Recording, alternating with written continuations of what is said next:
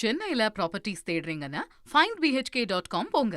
Matching ப்ராப்பர்ட்டிஸை AI உங்களுக்கு suggest பண்ணும். நம்ம தென்னகத்திலேருந்து அப்படியே தமிழ்நாட்டுடைய மைய பகுதியான திருச்சிக்கு போனோம்னா அங்கே இருக்கக்கூடிய காட்சிகள் செய்திகள்லாம் விவரிக்கிறதுக்கு தினேஷ் இணைந்திருக்கிறார். Dinesh, over to you.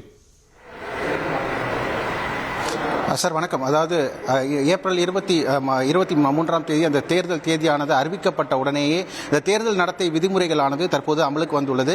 இதன் காரணமாக தற்போது திருச்சி மாவட்டத்தில் பொறுத்தளவு திருச்சி மாவட்ட ஆட்சியர் அலுவலகத்தில் இந்த கட்டுப்பாட்டு அறை அமைக்கப்பட்டு இந்த ஆட்சியர் அலுவலகத்தில் இருக்கக்கூடிய அரசியல் கட்சியினுடைய தலைவர்கள் மற்றும் தலைவருடைய புகைப்படங்கள் மற்றும் இந்த கல்வெட்டுகள் எங்கெல்லாம் இருக்கிறதோ அதை அனைத்துமே பேப்பர் வைத்து அதை மறைக்கக்கூடிய சூழலில் தற்போது அதிகாரிகள் ஈடுபட்டு வருவதை நம்மால் பார்க்க முடிகின்றது.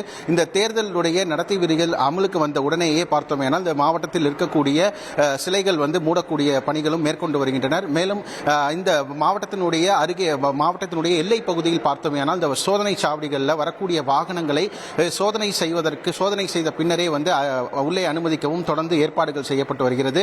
மேலும் தற்போது இந்த காவல்துறையினுடைய கட்டுப்பாட்டு அறை மேலும் இங்கே இருக்கக்கூடிய தேர்தல் நடத்தும் அலுவலர் ஆக இருக்கக்கூடிய சரவணன் அவர்களுடைய அருகாமையிலேயே இந்த கட்டுப்பாட்டு அறை அமைக்கப்பட்டுள்ளது.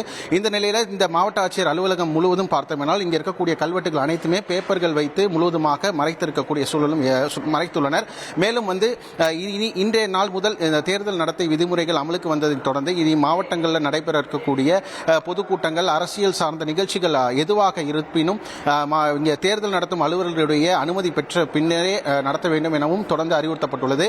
மேலும் இந்த திருச்சி மாவட்டத்தை பொறுத்தளவில் பார்த்தோம்னால் 9 சட்டமன்ற தொகுதி இருக்கிறது. இந்த 9 சட்டமன்ற தொகுதியில் பார்த்தோம்னால் 21 லட்சம் வாக்காளர்கள் இந்த பகுதியில் இருக்காங்க. இவர்களுக்காக 2735 வாக்குச்சாவடிகள் இந்த திருச்சி மாவட்டத்தில் ஏற்பாடுகள் செய்வதற்கு ஏற்கனவே அறிவுறுத்தப்பட்டுள்ளது.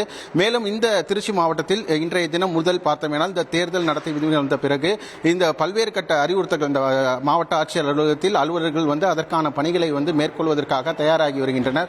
தொடர்ந்து இந்த சூழலில் இன்றைய தினம் இந்த ஃபிளையிங் ஸ்குவாட் எனக்கூடிய அந்த வாகனங்கள் கிட்டத்தட்ட திருச்சி மாவட்டத்தில் 80க்கும் மேற்பட்ட வாகனங்கள் ஃபிளையிங் ஸ்குவாட் வாகனங்கள் தயார் செய்யப்பட்டிருப்பதாக தேர்தல் நடத்தும் அலுவலர் தகவல் தெரிவித்துள்ளார். தொடர்ந்து இந்த அடுத்து வரக்கூடிய இந்த 40 நாட்கள் இந்த ஜனநாயக திருவிழாவிற்காக இந்த திருச்சி மாவட்டம் தற்போது தயாராகி வருவதை நம்மால் பார்க்க முடிகின்றது.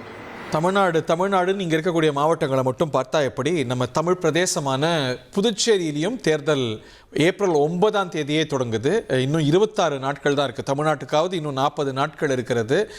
புதுச்சேரியில் நாளையே வேட்புமனு தாக்கல் தொடங்குறது அப்படிங்கிறது குறிப்பிடத்தக்கது.